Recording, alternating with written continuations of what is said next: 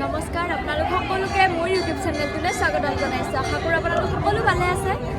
আজি দেখিছে মোৰ পিছত এয়া মহামৃত্যুঞ্জয় মন্দিৰ। মই আজি ইয়াতে আহিছোঁ। এতিয়া অলপ ভিডিঅ' কৰিছোঁ, আপোনালোকক দেখাম, আপোনালোকেও দৰ্শন কৰক। মই ইতিমধ্যে সেৱা ল'লোৱে আৰু আপোনালোকক দেখাব নহ'ল, কাৰণ মানে ভিতৰত মোবাইল এলাউ নকৰে। আপোনালোকক যিখিনি পাৰোঁ দেখাই যাম। এতিয়া ব'লকচোন চাব আৰু।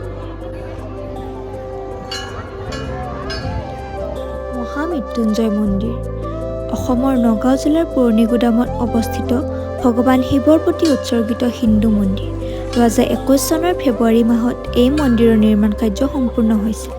স্থাপত্যশৈলীৰ ফালৰ পৰা মন্দিৰটো এটা বিশাল শিৱলিংগৰ আৰ্হিত নিৰ্মাণ কৰা হৈছে। 126 ফুট ওখ শিৱলিংগ আকাৰত নিৰ্মিত এই মন্দিৰ পৃথিৱীৰ সৰ্ববৃহৎ শিৱলিংগ। মন্দিৰ নিৰ্মাণৰ কাম 2003 চনত আচাৰ্য ভৃগুগিৰি মহাৰাজে আৰম্ভ কৰিছিল।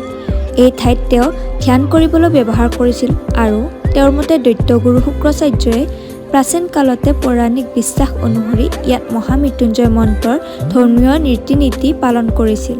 এই চিন্তাৰ আধাৰত আচাৰ্য ভৃগুগিৰি মহাৰাজে মন্দিৰ নিৰ্মাণৰ বাবে এই ঠাইখন বাছনি কৰিছিল। নিৰ্মাণৰ প্ৰাৰম্ভিক পৰিকল্পনা 2003 চনত আৰম্ভ হৈছিল, কিন্তু আন স্থপতিবিদ আৰু অভিযন্তাসকলৰ কেইবাটাও প্ৰচেষ্টাৰ পিছত চূড়ান্ত অভিযান্ত্ৰিক আৰু ডিজাইনৰ কাম নাৰায়ণ শৰ্মাই বহন কৰিছিল। অভিযান্ত্ৰিক বিদ্যাত নিপুণতাৰ প্ৰতিফলনৰ বাবে মন্দিৰটো অতি গুৰুত্বপূৰ্ণ। মন্দিৰটোৰ উদ্বোধন প্ৰাণ প্ৰতিষ্ঠা মহোৎসৱেৰে কৰা হৈছিল।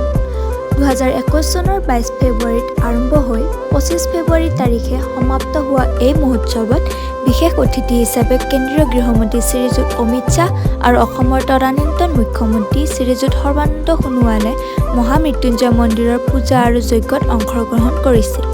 যজ্ঞৰ বাবে 108 যজ্ঞ কুণ্ড স্থাপন কৰা হৈছিল আৰু প্ৰায় 250 জন পুৰোহিত তামিলনাডুৰ পৰা প্ৰাণ প্ৰতিষ্ঠা যজ্ঞ কৰিবলৈ আহিছিল।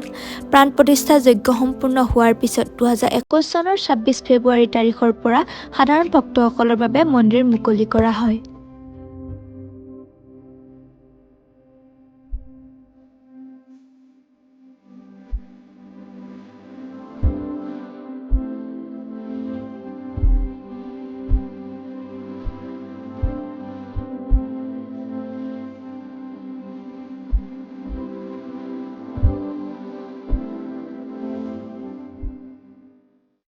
এতিয়া আমি ইয়াতে হৈ গ'ল। ইয়াৰ পৰা এতিয়া আমি যাম বৰদোৱাত। বৰদোৱাতো আপোনালোকক দেখাম, যদি দেখাব পাৰোঁ আপোনালোকক দেখাই যাম। আপোনালোকে চাব দেই।